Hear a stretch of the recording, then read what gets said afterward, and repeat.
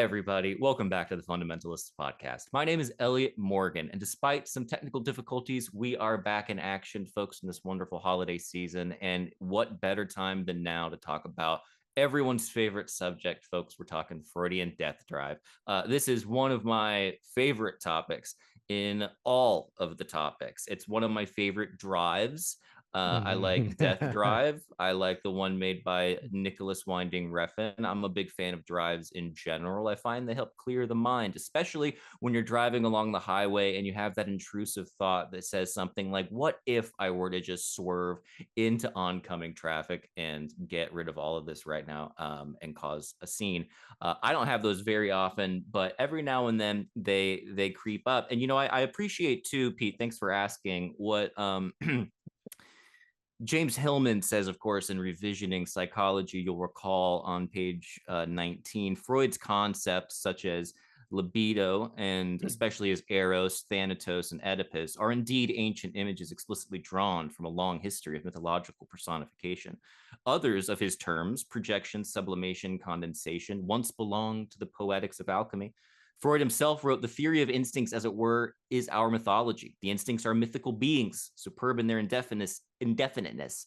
And Freud's id, quote, under the domination of the mute but powerful death instincts, may be compared, as I have done elsewhere in some detail, with the underworld of invisible Hades. The death drive, that which drags you into the pits of hell, is our topic as we usher in everyone's jolliest time of year. Pete, how are you doing today?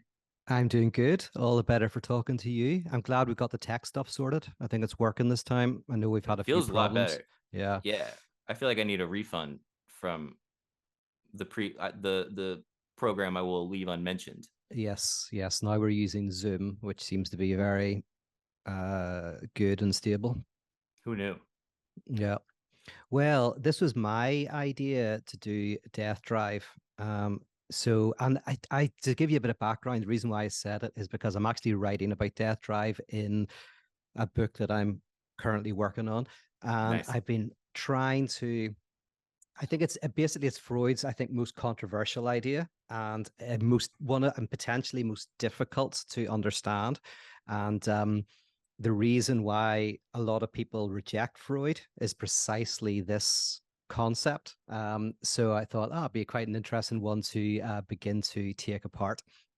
Um, will I start and see where we get to? I would love if you did. And I would also like if I can throw in a request beforehand, Mhm. situating the death drive in the overall history of Freud's thought, because didn't it come later? It's basically, I mean, it's in 1920, he publishes Beyond the Pleasure Principle. And Yeah. this kind of splits Freud in two. Some people, and I would be one of them, would say that this is when Freud becomes Freud. Like Yeah. Yeah. this is before this, Freud is not Freud. Freud is a therapist, he's a psychologist, he's a neurologist, but the 1920, with this seminal work, he brings the theory of death drive to the world. And you could almost say this is the point when Freud becomes not a therapist because he basically starts to postulate that there's a dimension to human beings that don't want to be healed, that do want to be well, that do want to be Yeah. healthy. And so, yeah, so basically, this is the concept, the BC and the AD of Freud, I would say. Beautiful. BC and AD. I believe you mean BCE and CE, but we won't get into the Oh, semantics yes. just yet. Thank I you very understand much. that yeah, it's okay. It's okay. It's okay. Yes. It's all right. Thank you for, I'm thinking of the band You ACDC. Is know that? how, yeah, Yeah. AC, I believe you meant ACDC, Yeah. Yeah. um, MXPX. yeah. So here's, I guess before 1920, Freud was pretty much a therapist of sorts, and his understanding of what's called the pleasure principle pre 1920 was the idea that we desire to, in the words of a utilitarian, maximize our pleasure. We want to minimize our pain, uh, and maybe healing the mind is similar to healing a broken arm. The arm wants to heal. If you just give it the right conditions, it will get better. Yeah, And sure. so Freud is looking at, how do we help people work through traumas and talk about things, free association, all very good stuff. And then in Beyond the Pleasure Principle, he starts to wonder why some people revisit their suffering and seem to keep coming back to their pain and this have almost a self-destructive dimension. And he began to try to theorize what that is and where it comes from and how you deal with it. So yeah, so this is where Great. this is where Freud is apart from counseling, regular therapy, life coaching, even a lot of psychoanalysis does not go in the direction of death drive. Like even a lot of psychoanalysts reject death drive, or What is minimize so it. controversial about it? What's the why is it that like I mean, if anything, I would have thought that the controversial stuff with Freud would have been the whole Oedipal thing more so than the death thing. And I feel like the death drive, and maybe this is more of a tell than anything, it's like an intuitively true thing. Like I feel like we can all relate to doing things that we know are against our best interests. Or maybe we can't. Maybe people are, and maybe because I guess that's the evolutionary psychological thing, right? Where everything's fight or flight, everything is to preserve your survival. Whereas the death drive is basically saying, no, not everything is about your survival. Some things are about the opposite. Yes, and even more fundamentally, Freud says, and this begins the theory of death drive, is that actually the fundamental drive is not to life, but is to death. That actually that is what lies at the heart of everything. So, and the reason why that's so controversial is because on the surface, it goes against everything we know, especially like you think of Darwinian theory, and Darwin, obviously incredibly important theorist, is like we think of the life instincts that there is this drive to life and to reproduction, to kind of survival, and Freud saying that no, actually most fundamentally of all, we have a drive towards death. And so what happens is most people try to fit Freud within Darwin. What I want to argue today, we'll chat about, is I think we have to situate Darwin inside Freud. So what most people do is they go, right, we have to take the Freudian ideas, but it has to fit within a Darwinian sense that actually we want our survival, we want what's best, we want to maximize our pleasure, we want to survive. And so that's what evolutionary psychology is. Evolutionary psychology in its most basic form is basically making Freud fit Darwin. But I think it's actually much more interesting to fit Darwin, who's very brilliant, but fit Darwin within Freud. Okay. So Interesting. yeah, so Interesting. yeah, it's fascinating. I mean, absolutely fascinating. So I think I could make it I think I can make a reasonable case for it. Here, I'll give you a 5-minute case for Death Drive. See what you Great. think. I mean, I know you'll like Death Drive. Death drive, as in this is where you're going to try to put Freud into Darwin, or Darwin Darwin into into Freud. This is where I'm going to like a try to put. Russian nesting doll. Like you're going to take the Yes, okay, great. Not like because in a okay. yeah, because we have to That's a different understand. drive. What's that? Not a sexual thing. That would be a different drive. Got it. It's like a Russian nesting doll. Well, the sexual drive I want to argue is, oh no. I shouldn't have said it. I shouldn't have said anything about it. I shouldn't talking about Freud. I'm not. You can't say like, oh, I didn't mean to say sex. I know. You don't have to. Like, actually, no. It is. Oh yeah, everything's Sorry. sexual in Freud. Yes. So well, the way I think of it is the law of entropy, the second law of thermodynamics. There actually is a physical law that says that everything tends towards entropy and the dissolution of excitation and tension. So Freud's name for that in terms of organic life is death drive. So he actually starts by saying that what life wants to do is it wants to return to death, that everything wants to return to a minimal state of excitation and a minimal state of tension. And he says like something happened in the universe that created an excitation that we can call life. So this was like Sapanchik calls it the nightmare of non-being, or the nightmare of matter. We are this explosion of tension and excitation that is life. And basically what it wants to do is, and want, not in a sense of want, but what it will tend towards is tend toward dissipation. So that's the first step, is that Freud says, listen, that's an ironclad law. And then he basically argues, and I'm truncating because he was thinking about lots of things, but that how death drive manifests within conscious life, like dogs and cats and all of that, is the pleasure principle. So before the death drive, the pleasure principle was the idea that we want to maximize our gratification and our satisfaction. But then Freud says, well, actually, the pleasure principle isn't opposed to the death drive. The pleasure principle is a manifestation of the death drive. Because what the pleasure principle wants to do is it wants to minimize excitation and tension within living organisms. So a dog will want to run to get rid of excess energy, might want to eat in order to get rid of the pain of hunger. And so, in a sense, the pleasure principle is, in a way, trying to get living organisms to have as little tension, a little excitation as possible so that we can just relax and sleep. And so that's a pleasure principle. And then he brings in the reality principle. And the reality principle was the idea that every time you seek pleasure in the world, something gets in the way. You might want to eat something, another animal, but that animal doesn't want to get eaten. And the reality principle is your confrontation with reality, but it's internalized. So you internalize this reality principle, and that's called the superego. And again, this is the clever thing about Freud, is he kind of says that's just another form of the death drive at the level of self-consciousness. So you've got entropy at the level of matter, you've got death drive at the level of organic life, you've got pleasure principle at the level of conscious life, and you've got reality principle at self-conscious life. Because what the reality principle does is that's the ego. Self-consciousness is consciousness of consciousness. So you're conscious of yourself. You believe you're an object, so you're I an thought the ego. reality was this like the super ego. Well, yes, that is true. And this is where it gets a bit interesting. So what I would say, so when you're self-conscious, you start to develop an ego. And then when you start to, what I'd say is when you start to develop the ego, you start to internalize reality, and that becomes a superego. So yes, Okay.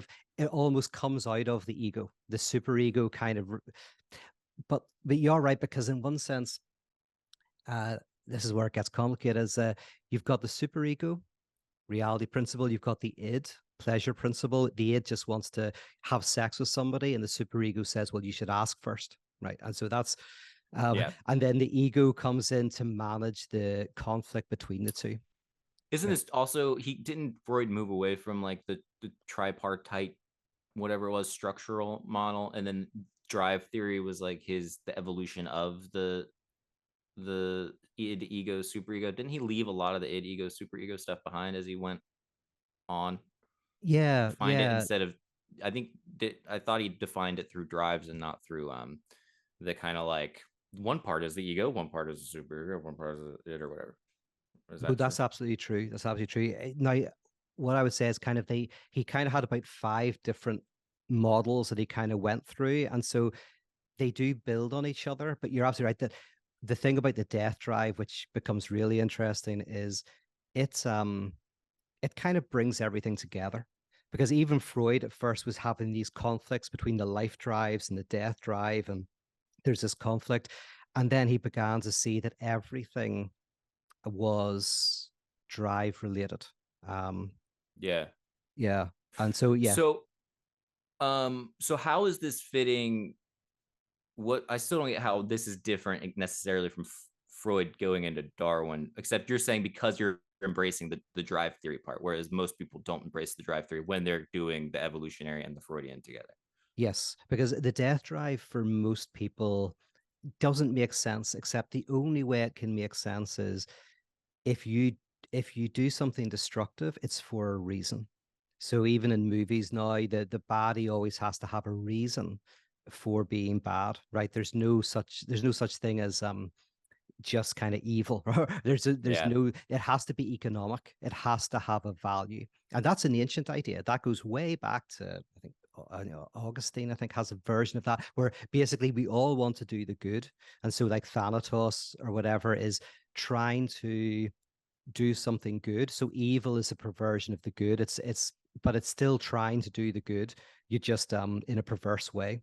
Yeah. But Freud, interestingly, is arguing for a type of pure destruction that does not have anything to gain. And that's, again, very controversial. Does Freud think that the death drive is universal across all animals? Across all organic? Yeah, Because you said organic. I'm like, but what would be the death? Because it seems like that's a much different situation in a non-reflective, non-self-conscious dog than in a reflective human. yeah. And that's why I think it always levels up. In fact, this is where the death drive enters into I see. a contradiction. And this is where then we can understand sex. So I think this is the way to understand sexual Oh, drives. But thank so God. basically, yeah. So basically, like a cell has death drive in the sense that cellular life will tend towards dissipation, right? And as long as it survives long enough to reproduce, whatever, that's fine. But eventually, everything dies, everything goes back Okay, to yeah, whatever. But you're right that's death drive at a cellular level. When it comes to conscious animals, I see. they Okay, have pleasure principle, yeah. But whereas a cell doesn't have pleasure principle, it's not looking for pleasure. It's just obeying the law of entropy. yeah, Yeah. yeah. That's just the way it is. Just is. Yeah, it's Yes. not like a. I think the term drive, I think, implies a consciousness to it because, well, an unconsciousness, I guess, but it's still Yeah. like a. You're saying on a cellular level, like the cell itself, from its perspective, is headed toward death in Yes. entropy. Yes, in entropy. Um, And yeah, and life is a detour between two deaths. That's kind of Freud's notion of life. It's like a detour within death. Pete, I have gotten so I started working out again in for the first Oh, time in a very long time.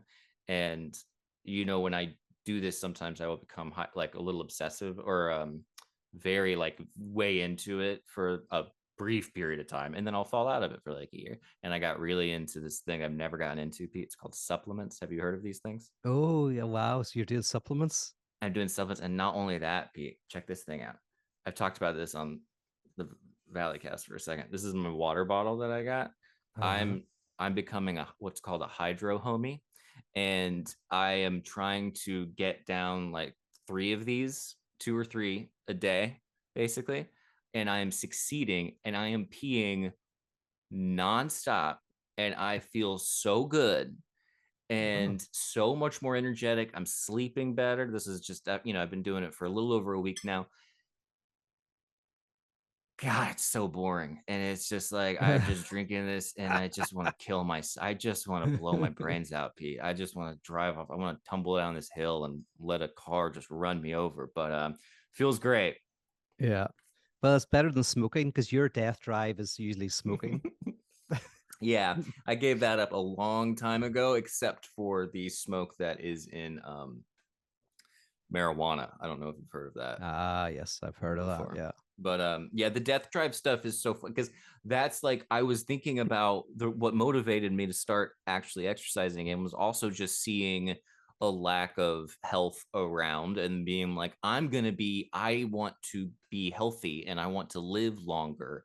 And I was eating so unhealthily, like garbage, and still kind of can. I mean, it's holidays, whatever. But like it got to a point where it was a comical like death drive thing, and it was also a thing of like I want to at least try to not be self-destructive, but the awareness of being self-destructive does not negate the desire to be self-destructive or the tendency or the habit. And it turns out that it takes a lot of time for me to like decouple from those habits. I have to like be like, no, I don't want the grilled cheese. I want just like a regular, you know, bologna stand, you know what I mean. Yes. Oh, yeah. Like I've kind of said this to, some vegetarian friends. We go like, well, whenever you say that some meat is cruelty free, some people, that's precisely why they like the meat because of there's cruelty. Or if you try and do smoking without the death, you go like, well, that's the favorite ingredient. Now, not consciously, but weirdly unconsciously, our favorite ingredient in something like smoking and a cigarette can Yeah, be the death itself. I was at a friend's house a couple weeks ago and we were watching a football game and they gave me a beer and I was drinking it and it was like an IPA and it was so good. And I was like, what is this? And then I was like, wait a minute. I was like, is this non-alcoholic? And they were like, yeah, there's no alcohol in that. I was like, oh, that explains it. And I noticed I had only drank like half of it. Like I had only uh, drank, and it'd been like, 30 minutes or something. And I was like, oh, I wonder if like I somehow knew that this wasn't like or maybe I was just being very cautious. But I was like, man, now that I know that it doesn't have, that it's non-alcoholic, I'm like, all right, it's fine, yeah, I guess. yes, you got no death in it, no destruction. Yeah, What's the point? nothing. Boring. I know. And the thing about the death drive is, in a way, it's always happens behind your back. This is why it's not noticeable, because consciously, we're always wanting that. Like, consciousness is under the authority of the pleasure principle. So generally, we're always exercising consciously to be healthy.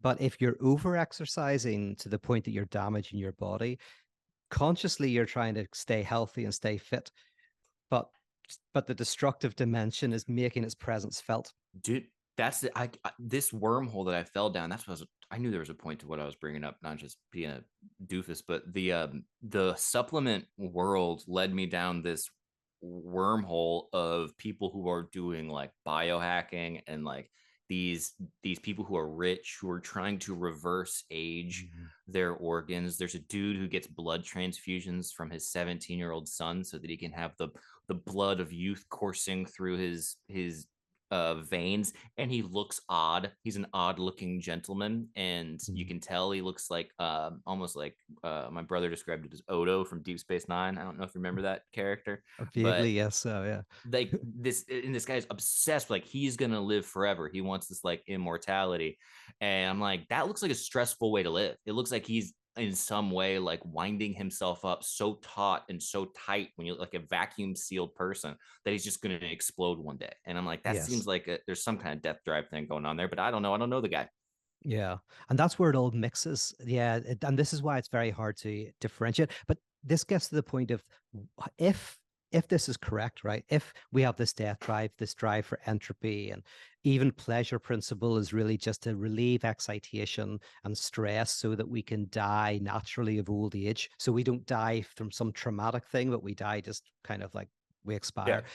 Then there's a big question mark, which is, what is this obsessive drive for life? Like the guy you're talking about, that's what Prometheus was all about, which I really loved Yep. as a movie. Where Oh, the basically movie. every Yeah.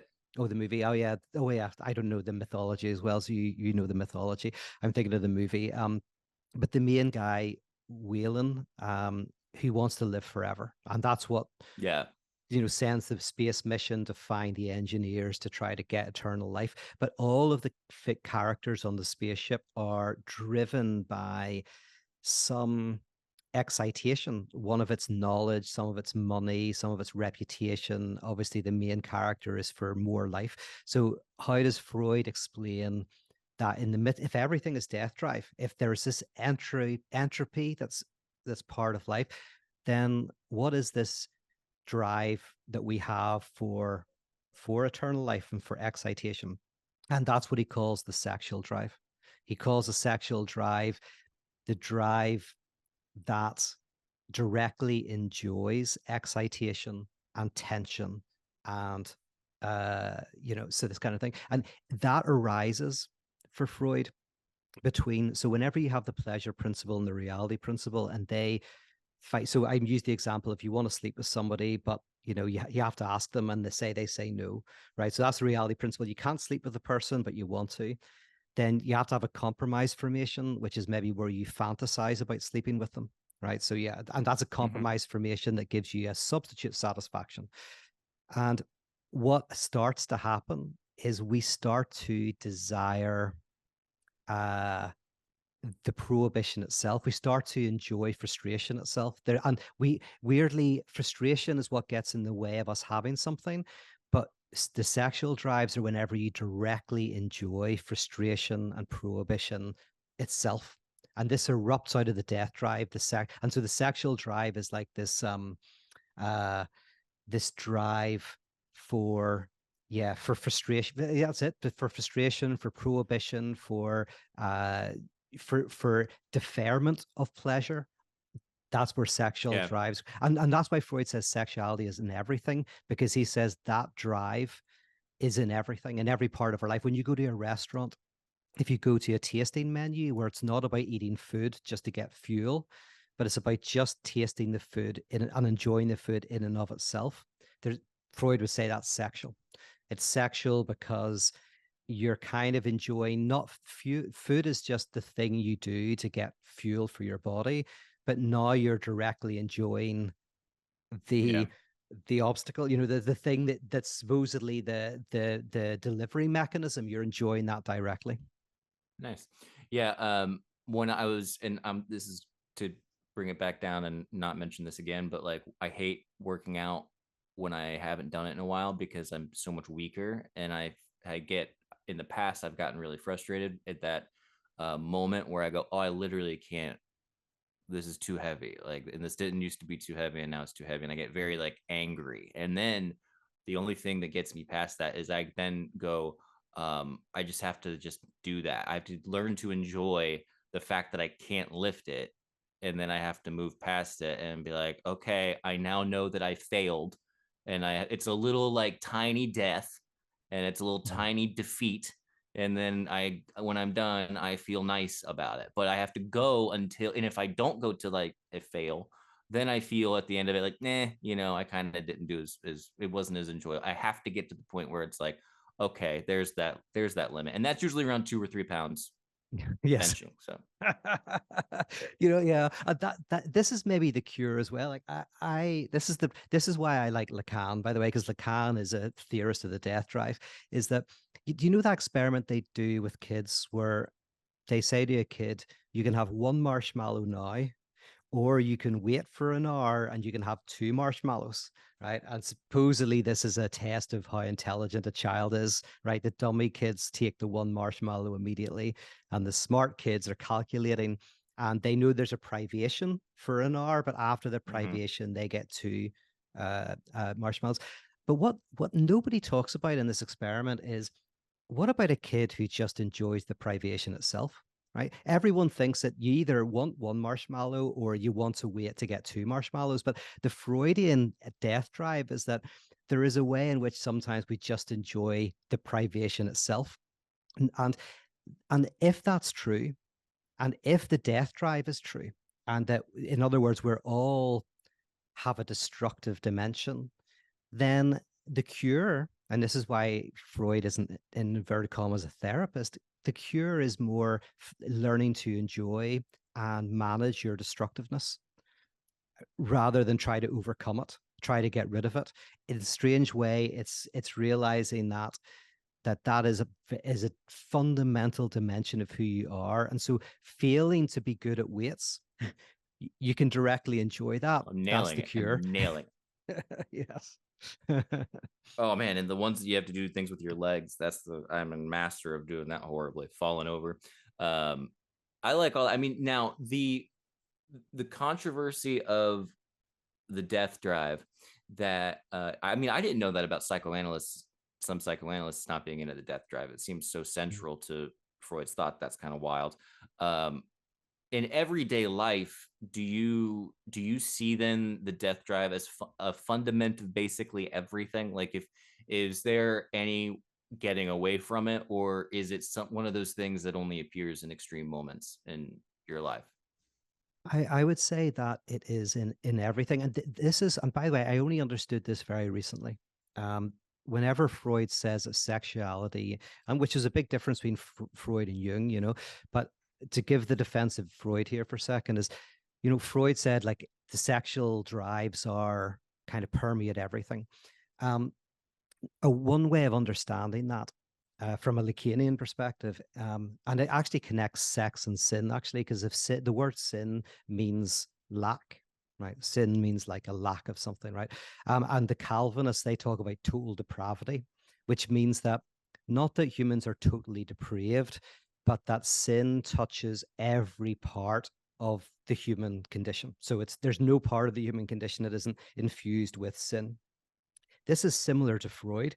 Freud says that the sexual drive, and more Lacan, but Freud, Lacan, the sexual drive, it revolves around not having, it revolves around a lack. And that revolving around a lack impacts every dimension of our lives. So, for example, language. the fact that we can't say exactly what we want to say generates speech. If you think of Yeah. lingerie in terms of sexuality, you know, what makes lingerie attractive is, in a sense, it creates a barrier between you and the body. So, or why we go on dates, date night, go for a meal. We have to, it's sexual because it's kind of deferring the sexual act. It's actually the deferral that makes it sexual. So, I would argue that sexuality is diffused throughout everything, because to be human, there is this dimension in which not having is always there somewhere. So desire is at the level of consciousness. You desire a cup of coffee, so you get the cup of coffee, but drive is related to the enjoyment of not drinking coffee. Um, and they're both, I would say, yes, always going on. Um, Folks at home, you can now open up your Advent calendar. For Pete just bringing up the word lack. Yeah. We are about half an hour in, I believe, right now, and so please enjoy whatever little treat you have for yourself. Um, the it is it I mean, it does go classically Freudian. It goes back to it is sexual and then his death, and you can see why people have a hard time with the guy. But I was thinking about that. I was talking about this in therapy with my therapist, and uh, talking about Freud and Jung and all these other folks that I was reading. I love Hillman, and it was just sort of, these guys come up with these crazy nutty ideas, and they're so fun and rich when you get into them, but it's explaining it is like any of them. It's like explaining absolute insanity of like, well, you dreamed of the trunk, and that trunk is a vagina. It's your mom's vagina, that chest that you have in the dream, and the long hallway, that's also a vagina. And also the thing, it's like people hear that and they immediately uh turn it off. But it's such an unfortunate thing because it's so fascinating to me. And these guys are just, Yeah. they're the boldness, the also, like, just they're doing this later in life. I mean, I feel like both Freud and Jung just kept going and going and going and writing all this stuff well into their older years. And I go like, how do you, just the sheer bravery of being like, I'm going to present this. I'm sure there's a lot of ego involved in both of them, but yeah, wild stuff. Yeah, and you know, the age thing's interesting because Lacan as well, like whenever he started to do his seminars, he was actually quite old.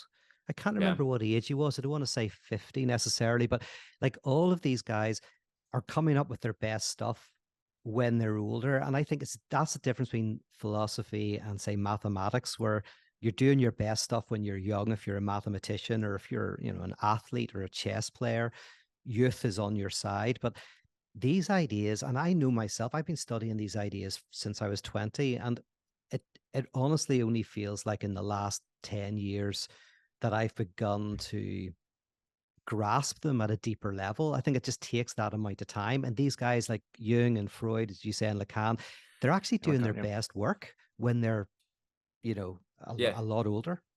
And I think we've known each other for quite a few years, so it makes sense that my influence on you has allowed you to better understand these things. Yes. And I appreciate that, you know. You're Yeah. welcome. Yeah. I hope it's the same for comedy. Do you want to Yeah. hear a joke, Pete? I really do. Yes. You heard the one about the frog that needed a loan. Nope. Well, there's a frog that needed a loan, so he goes to the bank and he talks to the teller. The teller has a little name tag, Whack or something, Mrs. Whack, and he says, "I need a loan." And the teller says, "I can't give you a loan. You're a frog." And the frog says, "Well, I need a loan. I came here to the bank and I want you to give me a loan." And she says, "Well, I don't think I can do that. What's your name?" And he says, "Kermit." And the teller says, "You're not Kermit the Frog." And the frog says, "No, no, no, no, no. I'm not that Kermit. I was named after Kermit. My dad is Mick Jagger. And Mick Jagger, my dad, had sex with a frog, and I'm their child, and they named me after Kermit. So I would now like a loan, please." And the teller says, "Well, I don't think I can give you. I don't think you have any credit. Do you have any collateral? And the frog says yes, and he takes out this shiny porcelain pink elephant. It's a little tiny pink elephant, and he hands it over. He says, "There's my collateral. I would like my lily pad now. Please leave me alone." And the teller says, "Look, I'll see what I can do. I'm going to go talk to the bank manager." And so the teller gets up. She goes to the bank manager and she says, "Listen, we got a frog out there who says his name's Kermit and he wants a loan. And he gave me this thing." And she hands it to the bank manager. And bank manager looks at it for a second and she says, "What is that?" And he looks at it and he gives it back to her and he says, "That's a knick-knack, patty whack. Give the frog a loan. His dad is a Rolling Stone."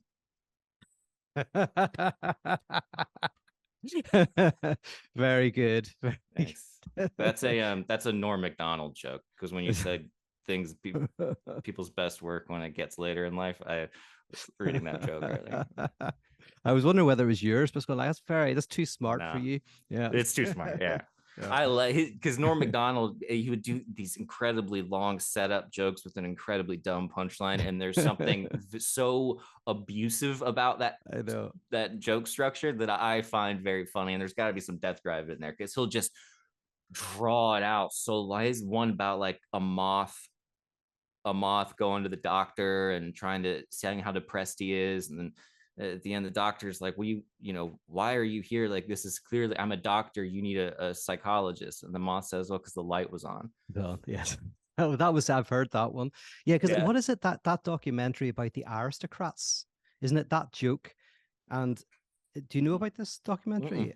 So supposedly, and I don't know if this is all kind of partly made up or not, but there's this joke that's been around for a long time, and it's called the aristocrats.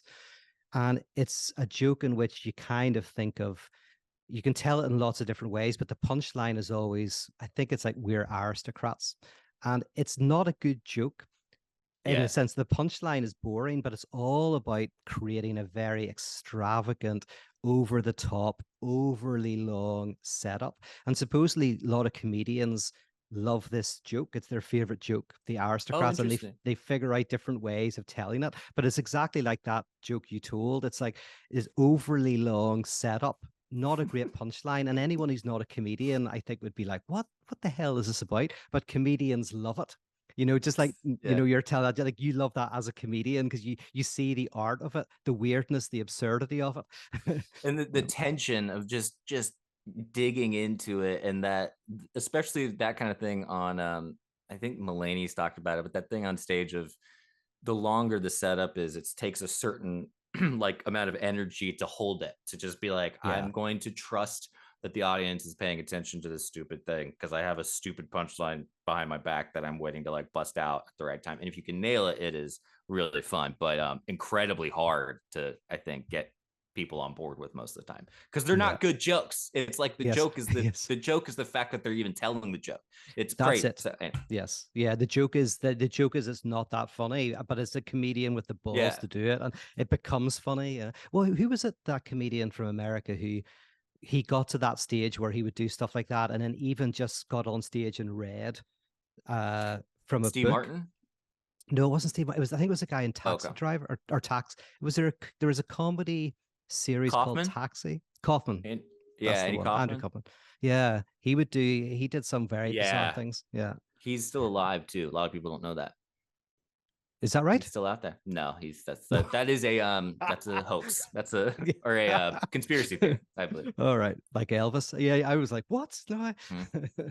Have you seen the Well, back film to The that. Killer, by the way? Yeah. The So I was Killer. gonna ask you, but I figured I was gonna I heard it was a little slow, and I was gonna watch it, but it's not exactly mood wise where our household is at the moment. But I do want to watch it because I heard it's great. Do you like it? Did you see? Yeah, no, it was great, and I watched it before I heard it was slow. And I didn't. Yeah, it's obviously slow in relation to like John Wick or something like that, but it's beautifully shot, and it's about this. Well, one of the reasons why I thought of it actually was because there's a joke that that woman tells, the really interesting looking woman.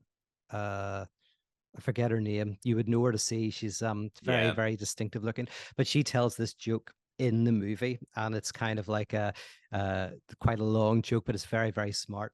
But the movie is very interesting because it's kind of about death drive. In fact, the joke that she tells, in a nutshell, I won't tell it because I don't want to ruin it for people if people are going to Okay. see it. But the thing about the film is that it's kind of about these, well, this one assassin in particular, but then you get to know at least another one or two who think that they're doing it for the money, right? They think they're, you're an assassin, there's good money in it, that's why you do it. And then you start to realize that no, they've made all the money they need, and there's something just purely in the destructive act itself that drives them. Yeah, it's to use a not as recent example, that's like the Walter White arc in Breaking Bad of him just going like, I loved it. Like I got to a point where I enjoyed being the drug kingpin or whatever, even though he had all the money he could ever need for the rest of his life. And that's when you see him just like totally lose it. Yeah, and that's drive. I mean, I think we talked about it in last week's episode where when Marx said that we can move from we make a commodity to get money to buy another commodity, right? That's completely normal. That's the level of consciousness. I want to buy a piece of art because I like it. I want to buy some food. I want to buy some clothes. That's completely natural, completely normal. And then Marx says that you can, without realizing it, you start to kind of get money so that you can get a commodity so that you can make more money. And then without realizing it, you start to get more enjoyment out of the accumulation of money than what money can buy. And at that point, you've gone from desire to drive. And Yeah. that's why Zizek says Marx was the inventor of drive. I think Lacan might have said it, but because like Marx in one sense said that what you see in capitalism is that we can get caught up with the abstract accumulation of capital beyond what it can buy. And at that stage, we're weirdly not acting in our own selfishness. We're kind of selfless in a very bizarre way. Yeah. Yeah, I feel like the death drive, you can really see that in the whole capitalism system, right? I Yeah. mean, the whole idea is like just give me more. I need more. I need more. And then yeah, it's like a pop like exploding yourself basically. Yeah. Like I'm gonna just gonna keep going. There's nothing that can stop it. But um, yeah, it's a Which I great mean, example. yeah, and like one of the reasons why Marx said that capitalism kind of arose is because before industrialization, capitalism wasn't possible. If you were making widgets, you couldn't make that many. If you were making coats, like there's only so many coats you could Yeah, make, and even if you had a couple of people working with you, there was only a certain amount of coats you could make. So you couldn't really get into this abstract accumulation. But once you got a production line and you got 30 people making a coat and each one doing a tiny bit, suddenly yep. those 30 people could make thousands of coats. And so in a sense, the change in technology unleashed a dimension of drive in the economy. And so in one sense, this is what someone like Todd McGowan would argue, is that capitalism is very effective because it connects not with our selfishness. Which is what apologists for capitalism usually say, is capitalism latches onto our desire and our selfishness. But someone like Todd McGowan and Zizek says, well, no, it latches onto our death drive. It latches onto our drive, not our desire. And that's why it's effective, because there's a part of us that wants destruction. Um, Lovely. Just it just makes you feel warm inside to talk about. It's really beautiful. Thank you. The other show I have to oh, my therapist is texting me, which is always terrifying. oh Um, wow, yeah, the other show to recommend to you, Pete, that is, I believe, on Paramount Plus. Maybe it's The Curse. Have you seen The Curse? No, HBO. no, never even heard of it. The Curse, Pete. I don't want to spoil it for folks. It is incredibly uncomfortable to watch, but it's starring Nathan Fielder. Are you familiar with Nathan Fielder, the genius Nathan Fielder, the Rings a incomparable Nathan bell. Fielder? He does Nathan For You as well Yes, as Yes. Yes, Insane yes, yes. person, absolute Uh, gift to the world. I think you He put me on starred, to him, or me yeah, or he's Helen. Yeah. gold. He is in a show with she has red hair. It is Emma Stone and Benny Safdie, who is like an A24 guy. Did a bunch of stuff. He did Uncut Gems. He was the director of that. He Oh, also that was a starred great in, movie. yeah, the other A24 movie with Robert Pattinson, which is really good. But he's also an Oppenheimer. But the three of them play a production and cast of an HGTV show in a struggling neighborhood, and there is a curse put on them. But throughout, they're trying to sell themselves as these saviors to this neighborhood. um and then antics ensue, but there's a certain part of it that I feel like you would really find interesting from a Freudian perspective, even if it's a little on the nose, and it has to do with um, the size of some of Nathan Fielder's situations. And I don't want to spoil anything, but you should definitely check it out.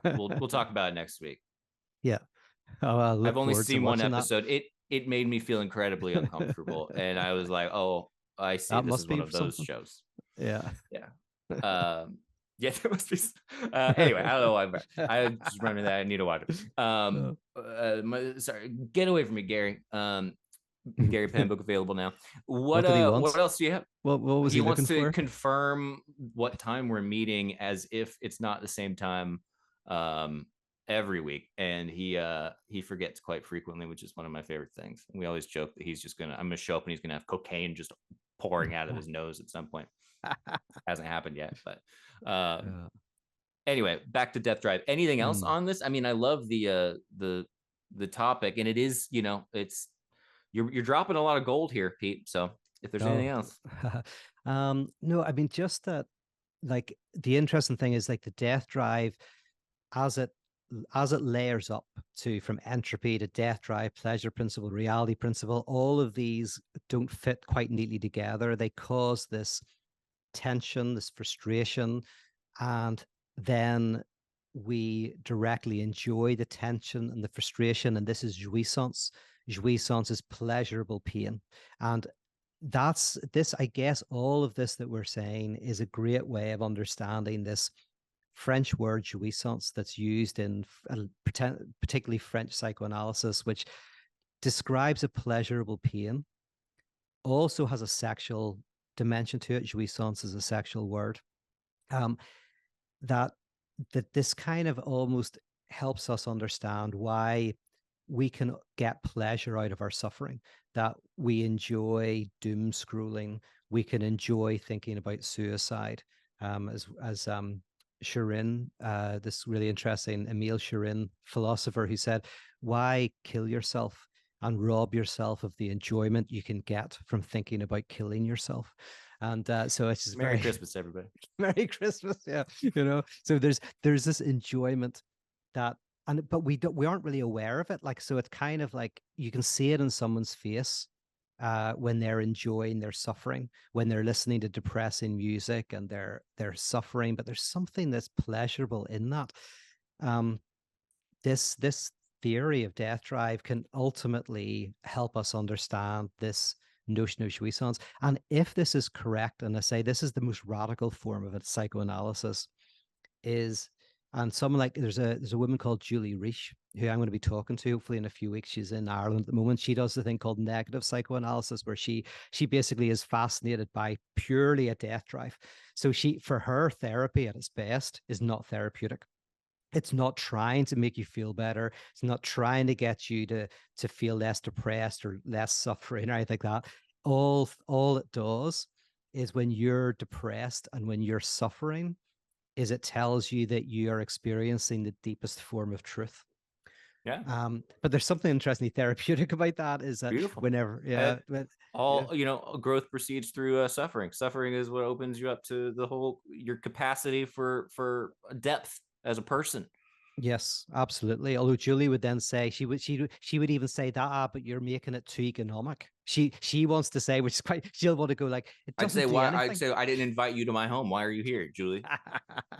That's true. That's a good response. You know what lack I'd like, Julie, for you to leave. Yeah. I know she might be quite depressed on a Christmas day, you know.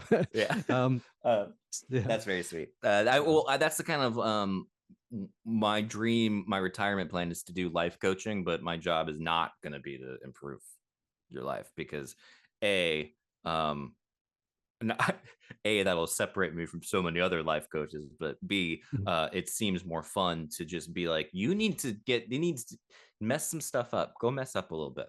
That's my Yes. advice to Yeah. most people. Yeah, I mean, that's the analytic side of you, because like in a way, for me, the best type of analysis is kind of saying, sadly, there is no healthy, like there is no beyond, there is a beyond the pleasure principle. That's why Freud called that. He says there's the pleasure principle, and then there's a beyond of the pleasure principle. That's the death drive, but there's no beyond of the death drive. I mean, in a sense, that's the sexual drive. The sexual drive is to directly enjoy excitation and struggle and frustration, and to turn it into something beautiful. Potentially you make art out of it, potentially you write from it, potentially you have a great interesting relationship from it. But in a way, there's no escaping um a kind of lack that is infused into everything. um and yeah, but that's eternal life for Lacan. He says, Yeah. because that's the dimension, that's the eternal dimension. The antagonism is what's in everything. So when we directly embrace it, we kind of, in a sense, directly embrace the essence of everything. Nice. Yeah. I like the term economic that you're using because I do get a little exhausted with the like, this is happening, but in exchange for your suffering, you will get this. And Mhm. it's like, no, there's gonna be like it's gonna be always a little something. It's not never gonna be a one for one like trade-off. Maybe you feel you get something, but that's at least been Yes. my experience with this stuff. Yeah, Um, that's it. And, are and you like, oh, good. go ahead? No, Well, after I you, was going to please. say on that, because I remember when I was young, my sister at Easter, I would get an Easter egg and I'd eat it immediately. And she would take a little bite and then she'd put her Easter egg in the fridge, and she would make her Easter egg last for weeks. And of course, I was like the idiot child who took the one marshmallow straight away. And then she was enjoying privation. She was enjoying not having the Yeah. Easter egg, thinking about it and going to it. But even that, so that's great, because that's level one. That's actually where you're enjoying the privation, helps you enjoy the Easter egg more. That's completely normal. That's still at the level of desire. You've hit drive whenever you desire the not eating itself. So anorexia is drive Yeah. related. Yeah. That So makes sense. so yeah, so drive is not good or bad. As in, drive, it manifests in kind of what we might want to call productive or unproductive ways. So anorexia is one of the destructive ways that drive Mm-hmm. manifests itself, because it's a direct enjoyment of not eating. It's a direct, not, and it's a suffering, it's a jouissance, because it's not Yep. pleasurable, it's painful, but you're getting something out of it. But what you're getting out of it is not that you're postponing eating, you're actually eating nothingness itself. I mean, that's what, dude. A lot of this like stuff I was looking at with these sup bros who they do this biohacking stuff, and like I was reading these posts, I was like, whoa, it's like stumbling upon a world that I kind of had heard about, but reading the sincerity of these people being like testing themselves, taking their blood constantly, looking at the levels, uploading their data. Here's my like, data. Here's my spreadsheets for the past months of what I've taken, down to the calorie of what I've, it's like, no, this is an obsessive, like, it's not about the results you're getting. It's about the process of doing the experiment. But a little part of me is also like, seems kind of fun still. Like I like what I wonder what what my glucose or whatever. And I was like, that's it's fascinating. It's fascinating what Yes. these people do. Now, question for you, Pete, and this is to get back to your book. Is the connection you're making from your take on this? Because I'm assuming this is your original stuff. You're compiling these things and framing it within there is a cellular level, an inorganic thing, a cellular thing, a self-conscious thing, a self-reflect, like that. And so you're taking Lacan and applying it to essentially all, like almost an ontology. Yes, yes, yeah. So I'm doing all, and what I want to do with this is, I want to try to convince the reader that this antagonism and this lack, this impossibility is infused into everything. And then I want to name that impossibility. I want to give it a name. I want to say that we have to signify that impossibility and create rituals around that impossibility, and potentially name that impossibility Trademark it, God. Yes. copyright it. Unfortunately, God is not, is I can't trademark that word, I don't think. That's true. Yeah. Not yet, but I like that. All right. Any other closing? Any other sort of odds and ends that you want to? No, this was very fun for me because I was literally writing about this today, and I wanted to kind of put this to you and to the listener to see if it made sense. So did it Oh make no, sense to I would have you? I would abandon it immediately. Like Okay, that's I good. wouldn't, Thank you. honestly, dude. I wouldn't bring this up to anybody. It was tough. Appreciate that. Yeah, it is. I mean, like it's cute. It is cute. No, it was. Can you imagine that? I think it's great, dude. I honestly love it. I think it's so fascinating. I think it's excellent.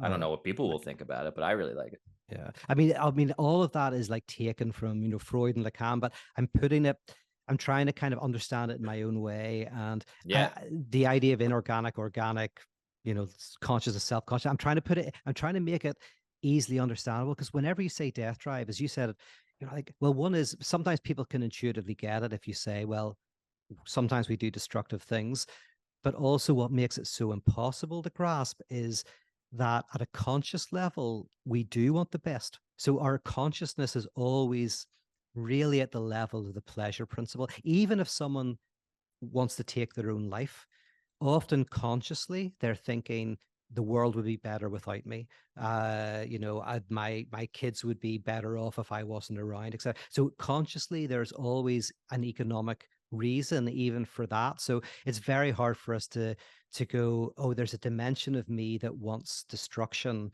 without return. yep. Um, but we need to theorize that, because that's where all the good stuff is, because that's where sacrifice comes from. That's where all of the best and the worst of humanity arises. I love that my examples are like sometimes weights are too heavy, and yours are like suicide and anorexia are where we're going to be going with this. It's very good. I think Have it's you all any great. takeaways? Um,